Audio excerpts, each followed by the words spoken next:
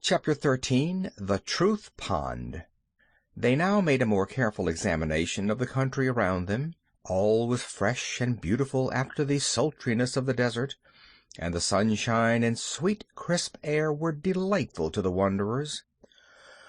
Little mounds of yellowish green were away at the right, while on the left waved a group of tall, leafy trees that looked like tassels and pom-poms. Among the grasses carpeting the ground were pretty buttercups and cowslips and marigolds. After looking at these a moment, Dorothy said reflectively, "We must be in the country of the Winkies, for the color of that country is yellow, and you will notice that most everything here is yellow that has any color at all." "But I thought this was the Land of Oz," replied the Shaggy Man, as if greatly disappointed. "So it is," she declared, "but there are 4 parts to the Land of Oz.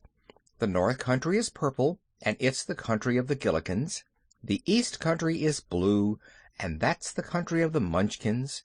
Down at the South is the Red Country of the Quadlings, and here in the West the Yellow Country of the Winkies. This is the part that is ruled by the Tin Woodman, you know." "Who's he?" asked Button-Bright. "Why, he's the Tin Woodman I told you about.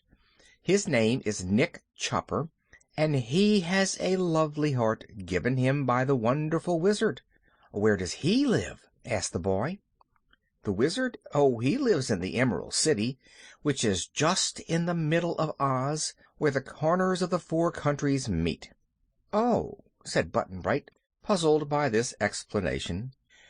"We must be some distance from the Emerald City," remarked the Shaggy Man. "That's true," she replied, "so we'd better start on and see if we can find any of the Winkies. They're nice people," she continued, as the little party began walking toward the group of trees, "and I came here once with my friends the Scarecrow and the Tin Woodman and the Cowardly Lion to fight a wicked witch who had made all the Winkies her slaves."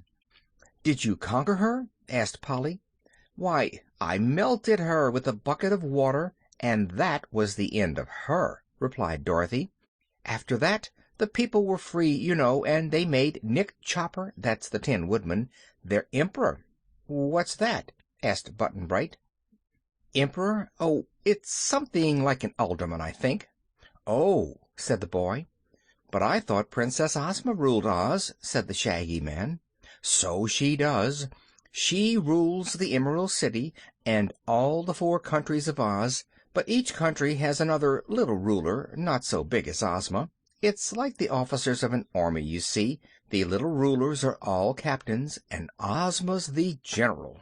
By this time they had reached the trees, which stood in a perfect circle, and just far enough so that their thick branches touched, or shook hands, as Button-Bright remarked. Under the shade of the trees they found, in the center of the circle, a crystal pool, its waters as still as glass. It must have been deep, too, for when Polychrome bent over it she gave a little sigh of pleasure. "Why, it's a mirror!" she cried, for she could see all her pretty face and fluffy rainbow-tinted gown reflected in the pool, as natural as life. Dorothy bent over, too, and began to arrange her hair, blown by the desert wind into straggling tangles. Button-Bright leaned over the edge next, and then began to cry, for the sight of his fox head frightened the poor little fellow. "I guess I won't look," remarked the Shaggy Man sadly, for he didn't like his donkey head either. While Polly and Dorothy tried to comfort Button-Bright, the Shaggy Man sat down near the edge of the pool, where his image could not be reflected, and stared at the water thoughtfully. As he did this he noticed a silver plate fastened to a rock just under the surface of the water, and on the silver plate was engraved these words: "The Truth Pond." "Ah!" cried the Shaggy Man, springing to his feet with eager joy. "We've found it at last."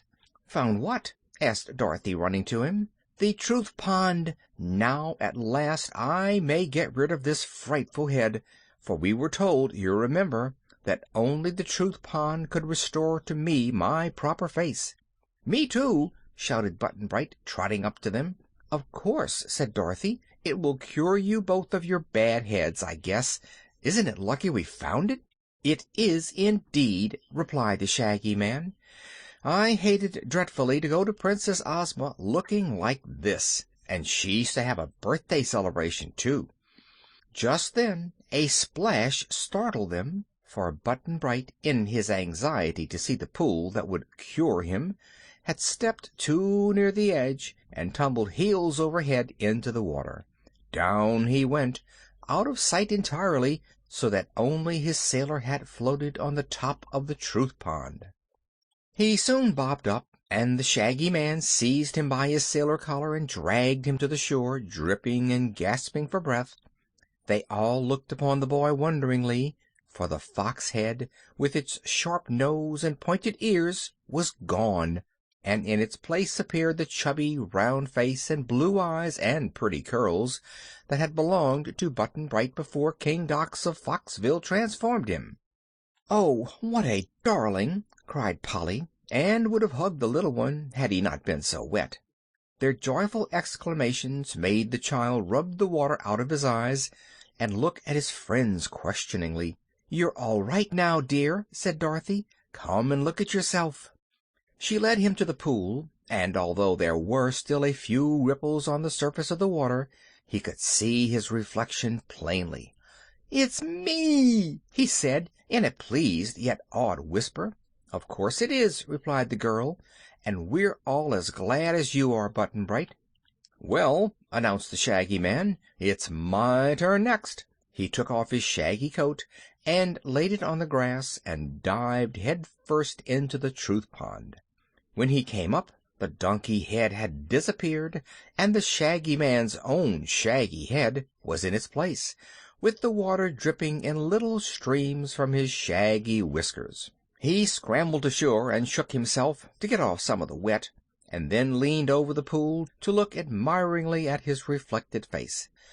"I may not be strictly beautiful even now," he said to his companions, who watched him with smiling faces, "but I'm so much handsomer than any donkey that I feel as proud as I can be." "You're all right, Shaggy Man," declared Dorothy, "and Button Bright is all right, too. So let's thank the Truth Pond for being so nice, and start on our journey to the Emerald City." "I hate to leave it," murmured the Shaggy Man with a sigh. "A Truth Pond wouldn't be a bad thing to carry around with us." But he put on his coat and started with the others in search of someone to direct them on their way. Chapter 13